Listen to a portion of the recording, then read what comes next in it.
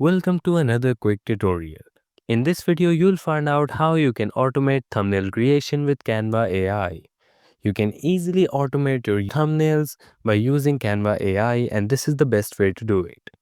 First of all, go onto your Google and search for Canva. It can also be any other browser that you're using. Once you're on the main Canva website, make sure to log in with your account. If you don't already have an account, go ahead and sign up. Now go on to the AI thumbnail maker on Canva. This is the new AI version of Canva. Here you'll see that you can add in any sort of details like how you want your thumbnail to look. For example, I'm gonna write an ambient thumbnail for my lo-fi playlist and click on create a thumbnail with AI. You'll be redirected onto a normal Canva page. Here you'll see that your thumbnail has been made. In just a few while, you'll get 4 different options of the details that you said. You can also edit and also generate more. If you want to change anything in the thumbnail, just write it down and click on generate again. Like I'm gonna write it from a YouTube video and it will start generating again.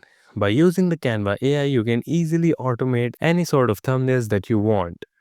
Thank you so much for watching this tutorial. If you find this helpful, make sure to subscribe for more quick and easy tutorials.